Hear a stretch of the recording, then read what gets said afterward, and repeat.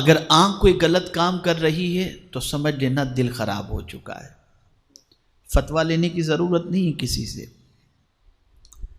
ہاتھ اگر گناہ کی طرف بڑھ رہا ہے تو سمجھ لینا یہ دل خراب ہو گیا ہے، اس لیے کہ دل چاہتا ہے، ہاتھ حرکت میں آتا ہے، دل چاہتا ہے، آنکھ بھٹک جاتی ہے، دل چاہتا ہے، قدم گناہ کی طرف بڑھتے ہیں، دل چاہتا ہے، زبان پھسل جاتی ہے، دل چاہتا ہے، کان مغلظات یا گانے سننے کے لیے آمادہ ہو جاتے ہیں۔ تو سارا معاملہ جو ہے وہ دل کا ہے۔ میرے پیارے آقا صلی اللہ تعالی علیہ وسلم کے پیارے دیوانوں، کپڑا گندا ہو جائے آپ صابن سے صاف کر لیجئے، بدن گندا ہو جائے، ہاتھ پیر گندگی سے آلودہ ہو جائیں تو پانی سے صاف کر لیجئے۔ دل تک تو پانی پہنچتا بھی نہیں ہے ہاتھ سے، آپ کیسے اس کو صاف کریں گے؟ جب دل گندا ہو چکا ہے تو اس کی صفائی کیسے ہو؟ دل کی پاکیزگی کیسے ہو؟ دل کی صفائی کیسے ہو؟ اور ہمارا پورا معاملہ یہ ہے اور پوری توجہ یہ ہے کہ ہم جسم کی فکر تو کرتے ہیں، دل کی فکر نہیں کرتے۔ دل کو سنوارو، اس لیے کہ قرآن نے کہا قد افلح من تزکا، مراد کو وہ پہنچا جس نے ستھرائی حاصل کی یا جو ستھرا ہوا۔ بغیر دل کی صفائی کے انسان مراد کو نہیں پہنچ سکتا۔ اب آپ ہم سب یہ جانتے ہیں کہ ہمارا دل گندا ہو چکا ہے، اور اس کی گندگی کی سب سے بڑی نشانی یہ ہے کہ نیکیوں میں اچھا نہیں لگتا، گناہوں میں طبیعت کو اچھا لگتا ہے۔ آج لوگوں کو مسجد میں اچھا نہیں لگتا، تلاوت ہوتی ہے تو آدمی کو بے چینی ہوتی ہے، یہ دل کی بیماری کی وجہ ہے، یہ دل گندا ہو چکا ہے۔ تو اب یہ دل کو کیسے سنوارا جائے؟ تو چونکہ میرا آپ سے کئی قسم کا رشتہ ہے تو میری پہلی ذمہ داری یہ بنتی ہے کہ ہم سب مل کر اپنے قلب کی اصلاح کی فکر کریں، تاکہ ہمارا دل صاف ستھرا ہو جائے تو انشاءاللہ العظیم ہمارا وجود بھی سلامت رہے گا، اور دل کے صاف ستھرے ہونے کی وجہ سے اللہ رب العزت کامیابی اور کامرانی بھی عطا فرمائے گا۔ میرے پیارے آقا صلی اللہ تعالی علیہ وسلم کے پیارے دیوانوں امام غزالی رحمت اللہ تعالی علیہ دل کی اصلاح کے حوالے سے فرماتے ہیں کہ 10 چیزیں ایسی ہیں جس سے دل کا تزکیہ، دل کی صفائی اور دل کے حالات کو سنوارا جاتا ہے۔ اس میں سے پہلی چیز امام غزالی رحمت اللہ تعالی علیہ نے فرمایا توبہ۔ اس لیے کہ آپ دیکھیں کہ اگر کوئی پلیٹ گندی ہے اور اس میں آپ کو لا کر کے کوئی بریانی پیش کرے تو آپ کی طبیعت خراب ہو جائے گی۔ بریانی تو اچھی تھی لیکن برتن خراب ہو تو طبیعت خراب ہو جائے گی، لیکن اگر برتن صاف ستھرا ہے تو اس میں کوئی دال لا کر کے بھی کھلائے گا تو طبیعت خراب نہیں ہوگی۔ برتن صاف کرو۔ تو دل ایک برتن ہے، یہاں تک کہ اولیاء کرام کے دل کے حوالے سے فرمایا گیا وہ اللہ عز و جل کے پیالے ہیں، اور اللہ اپنا جام توحید اللہ کے ولیوں کے دل سے پلایا کرتا ہے۔ یعنی اللہ کے ولیوں کے دل ایسے ہیں کہ جو ان کے قریب ہوتا ہے اسے جام محبت الہی نصیب ہو جایا کرتا ہے۔ پیالہ بتایا گیا اولیاء کے دل کو۔ تو ہم سب کا دل گندا ہے، سب کا دل الا ماشاء اللہ ایک دم پراگندہ. اگر جھانک کر دیکھیں گے تو دل میں سوائے گندگی کے اور کوئی چیز نظر نہیں آئے گی. اب میں ان گندگیوں کا تذکرہ کرنے جاؤں تو اس میں وقت نکل جائے گا، لیکن آج دل کی صفائی کے حوالے سے کچھ ضروری باتیں آپ کے گوش گزار کر دوں، تاکہ آج کی نشست میں احوال قلب کی اصلاح کا پہلا دستور آپ سیکھ کر کے یہاں سے اٹھیں انشاءاللہ. توبہ، اس کے حوالے سے فرمایا گیا دل کے احوال کو سنوارنے کے لیے، دل کے حالات کو سنوارنے کے لیے، دل کے گناہوں کو، دل کے دھبوں کو مٹانے کے لیے پہلا کام یہ ہے کہ بندہ توبہ کرے. اب توبہ ہے کیا؟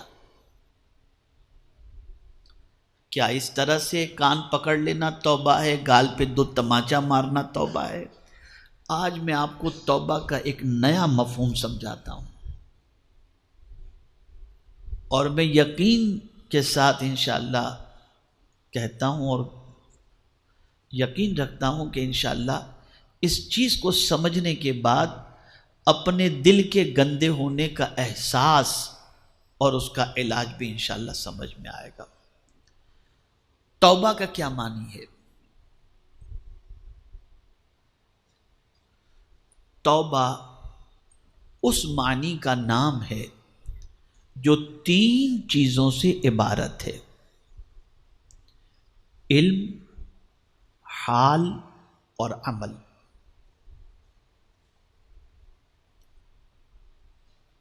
توبہ 3 چیزوں سے عبارت ہے: علم، حال اور عمل. علم، گناہوں کے نقصانات کا ہمیں علم ہونا چاہیے. بھئی آپ دیکھیں نا، کورونا کی وجہ سے آدمی کیا کرتا ہے؟ یہی تو کہہ رہا تھا پتہ نہیں کس گناہ کی سزا ہے، بندہ توبہ کی طرف بڑھا. گھر میں کوئی بیمار ہوا، پتہ نہیں کس گناہ کی سزا ہے. بچی کے ساتھ کوئی معاملہ پیش آیا، پتہ نہیں کس گناہ کی سزا ہے. روزی میں تنگی ہوئی، بندہ فوراً احساس میں آتا ہے کہ کس گناہ کی سزا ہے. بیمار ہوا، پتہ نہیں کس گناہ کی سزا. ایکسیڈنٹ ہوا، پتہ نہیں کس گناہ کی سزا ہے. مال میں خسارہ ہوا، پتہ نہیں کس گناہ کی سزا ہے. بچہ ہاتھوں سے نکل گیا، غلط راستے پہ چلا گیا، باپ کہتا ہے پتہ نہیں کس گناہ کی سزا ہے. یہ علم ہے نا.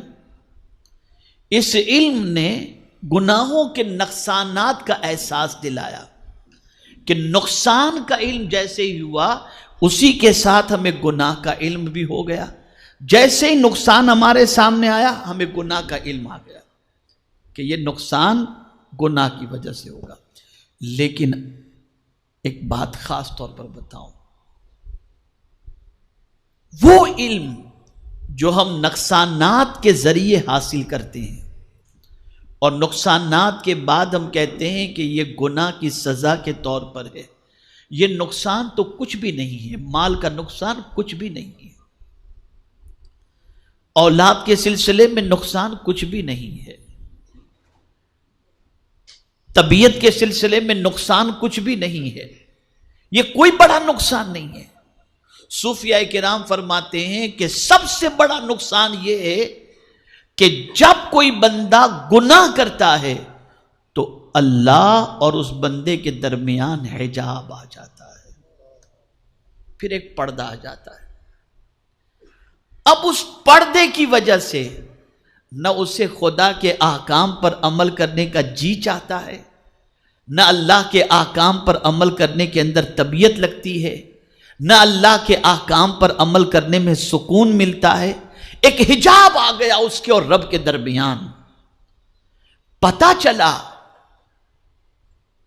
کہ حضرت عبداللہ ابن مبارک رضی اللہ تعالیٰ عنہ کے اس قول سے بھی اس کو آپ سمجھ سکتے ہیں. حضرت عبداللہ ابن مبارک رضی اللہ تعالیٰ عنہ فرماتے ہیں میرے بدن میں سستی،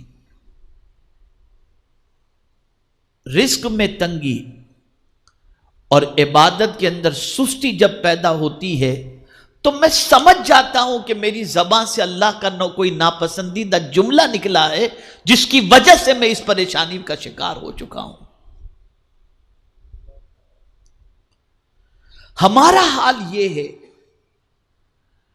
کہ مال کے نقصان سے ہمیں یہ احساس تو ہوتا ہے کہ کوئی گناہ ہے، اولاد کے نقصان سے یہ احساس ہوتا ہے کہ کوئی گناہ ہے، لیکن ہمیں اس چیز کا احساس اپنے اندر پیدا کرنے کا جذبہ پیدا نہیں ہوتا کہ ہمارے اور رب کے درمیان جو حجابات آ چکے ہیں کہ اب نہ ہمارے دل میں کوئی رب کو پانے کی تڑپ ہے، نہ اس کی اطاعت کی تڑپ ہے، نہ اس کی بندگی کی تڑپ ہے، نہ سجدے کی تڑپ ہے، نہ ذکر کی تڑپ ہے، یہ کوئی تڑپ ہمارے اندر نہیں ہے۔ اس نقصان کو بندہ بڑا نقصان نہیں سمجھتا، حقیقی نقصان یہی ہے۔ اس کو آپ ذہن کے اندر رکھیں، اللہ جب کسی بندے سے ناراض ہوتا ہے تو دولت نہیں چھینتا، سجدے کی توفیق چھین لیتا ہے، سجدے کی توفیق چھین لیتا ہے۔ تو یہ علم جس کو میں آپ کو سمجھاتا ہوں تو آپ کو اور مضمون سے قریب ہونے کا موقع ملے گا۔ حضرت رابعہ عدویہ رضی اللہ تعالی عنہا